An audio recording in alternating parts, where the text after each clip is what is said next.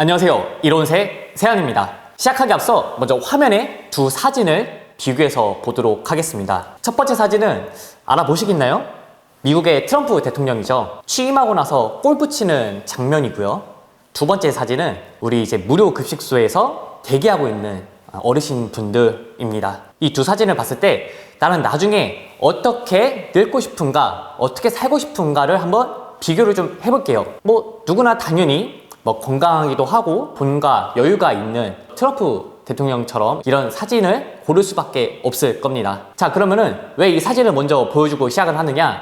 오늘 주제가 바로 이 고연령 노인분들에 대한 내용이에요. 작년 말에 뉴스를 보신 분들은 아시겠지만 우리나라 노인 인구 1000만 시대 돌파! 초고령화 사회 진입! 이게 박수 칠 일이 아니죠. 1000만이라고 하면 와닿지 않으실 수 있어요. 근데 우리 인구 전체 중에 약 20%, 그러니까 5명 중에 1명꼴로 65세 이상이라는 겁니다. 그리고 점점 시간이 지날수록 더 체감이 되실 거예요.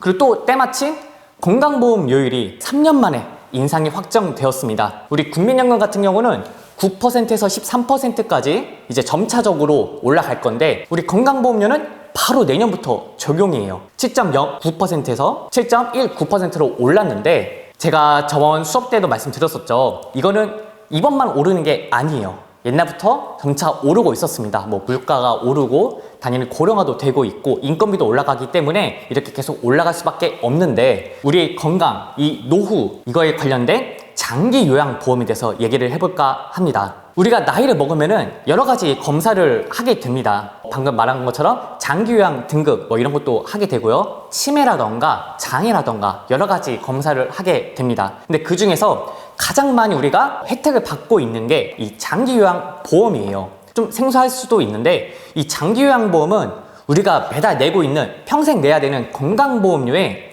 12.95% 내역서를 보면은 같이 들어가 있어요. 그래서 내가 따로 요양보험 이런 걸 준비하지 않았다고 하더라도 우리가 최소한 강제적으로 어느 정도는 준비를 하고 있다라고 볼 수가 있습니다. 그래서 장기요양보험료율도 건강보험과 마찬가지로 계속해서 오르고 있었어요. 오히려 건강보험료율보다 더 높은 기울기로 올라가고 있었죠. 그래서 내년 건 아직 확정이 안 됐는데 아마 곧 발표가 날 거고 건강보험료율이 오른 만큼 이것 또한 올라갈 수밖에 없습니다.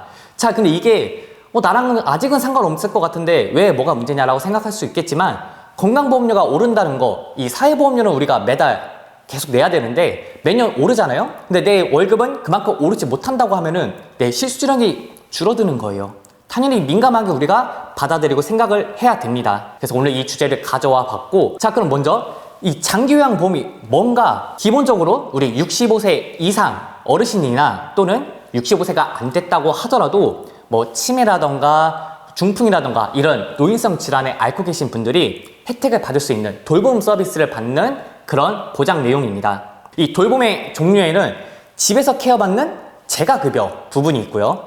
요양시설에서 케어받는 이 시설급여 부분이 있고요. 물품으로 지원을 받는 예를 들어서 휠체어라던가 전동침대라던가 이런 복지용구에 대한 혜택 여러 가지가 있습니다.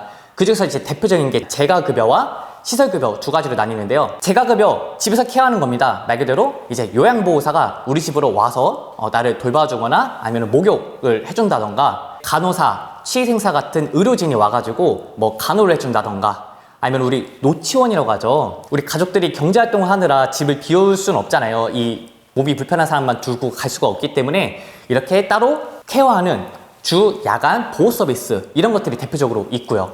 그리고 시설급여는 요양원, 요양병원 이런 시설에 대한 내용들이 있겠죠. 자, 그러면은 이 요양 등급 어떻게 누가 무엇을 평가하는지 한번 알아볼게요. 요양 등급은 내 등급별로 받는 혜택이 다릅니다. 1에서 5등급 그리고 추가로 인지지원 등급 이렇게 나눠져 있는데요. 1에서 2등급은 와상 환자, 이제 병상에 누워있는 환자들을 보통 말하는데요. 그만큼 전적으로 내 일상에서 누군가 도움 없이는 살아가기가 좀 어려우신 분들이 해당합니다.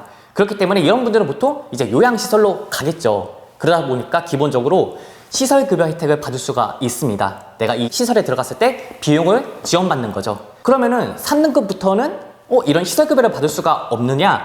받을 수 있습니다. 조건에 따라서. 어떤 조건이냐? 내가 이 혜택을 받아야 되는데 3등급이다. 근데 나를 케어해줄 가족들이 경제활동하느라 바빠서 나를 돌봐줄 수가 없다. 라던가 아니면은 그 가족조차도 몸이 안 좋아서 나를 케어할 수가 없다.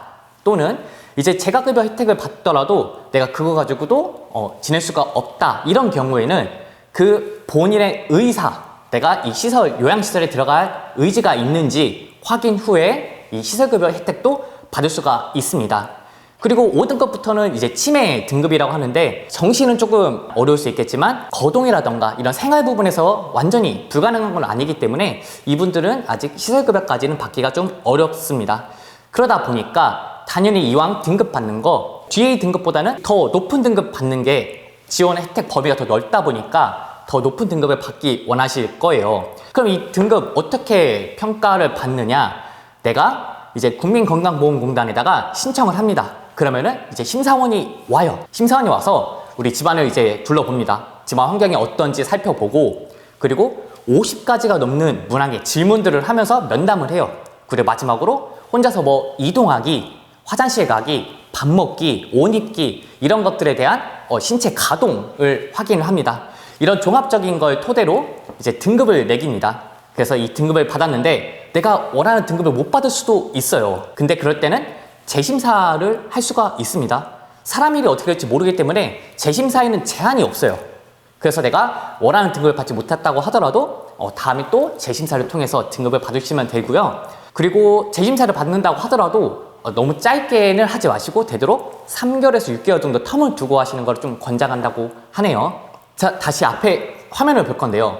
두 개의 시설이 있어요. 요양원과 요양병원에 대한 차이를 좀 말씀드릴까 합니다. 둘 다 시설이 지어진 지 얼마 안 됐나 봐요. 굉장히 깔끔하고 멋있죠. 겉으로 보기에는 뭐가 요양원이고 뭐가 요양병원인지 구별이 안 됩니다. 구분하려면 우리가 내부로 들어가 봐야 됩니다. 요양병원은 말 그대로 병원입니다. 그렇기 때문에 의사나 간호사 같은 이제 의료진이 있겠죠. 그리고 반면에 요양원은 요양보호사, 사회복지사 분들이 계십니다. 그렇기 때문에 의료진이 없는 요양원 같은 경우는 의료적 처치를 할 수가 없죠. 의료법에 위반되기 때문에. 그래서 중간중간 진료라던가 아니면 치료가 필요하신 분들은 요양병원으로 가시면 됩니다. 그런데 요양병원이 요양원보다 약간 더 비싸요. 왜 그러냐? 우리가 간병인을 구해야 됩니다. 직접 구하셔야 돼요. 그러다 보니까 뭐 시설이 더 좋고 안 좋고 이런 게 아니라 더 금액이 나가는 부분이 있기 때문에 좀 더 비싸다라고 볼 수가 있습니다.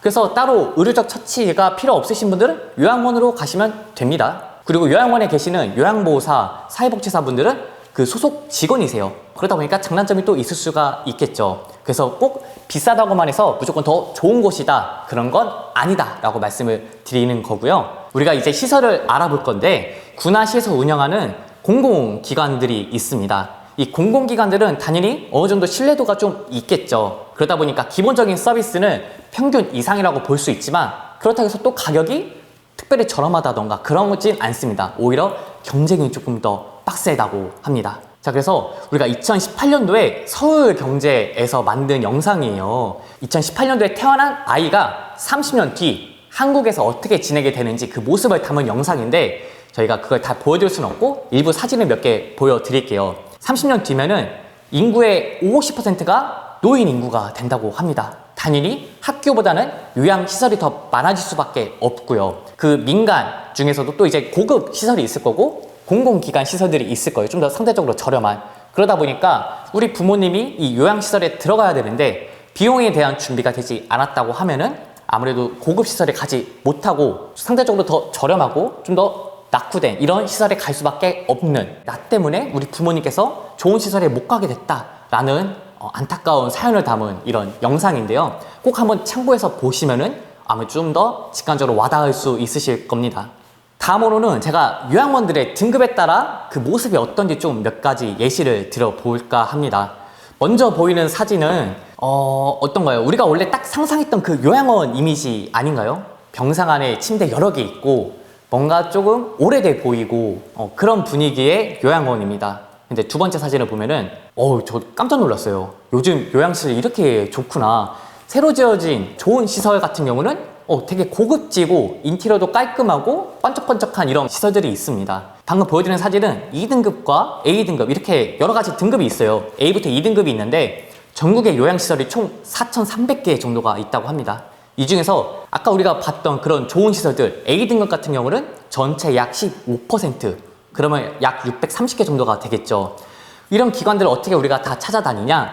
우리 공단 홈페이지에서 이러한 내용들을 찾아볼 수가 있습니다. 각 지역별로 A등급부터 B등급까지 다 조회가 되기 때문에 가능하면은 우리 집에서 가깝고 그리고 A에서 B등급 정도가 되는 시설을 찾아보시는 게 좀 더 좋겠죠. 근데 이번 시간엔 초고령화 시대, 천만 노인 인구 시대가 되었기 때문에 우리가 점점 더 관심을 가져야 되는 부분입니다. 당장 우리 부모님부터 해가지고 당연히 미래에 우리도 나이를 먹기 때문에 이런 장기요양보험에 대해서 좀 더 알아볼 수 있는 기본적인 것에 대한 내용들이었고요. 우리가 다음 시간에는 비용, 우리가 제일 궁금한 건 비용이잖아요. 이 장기요양보험만으로 충분한가? 내가 뭘 따로 준비해야 되는가? 얼마나 준비해야 되는가? 얼마가 필요한가? 이런 금액적인 부분들은 제가 다음 시간에 다시 한번 자세히 알려드리도록 하겠습니다. 감사합니다.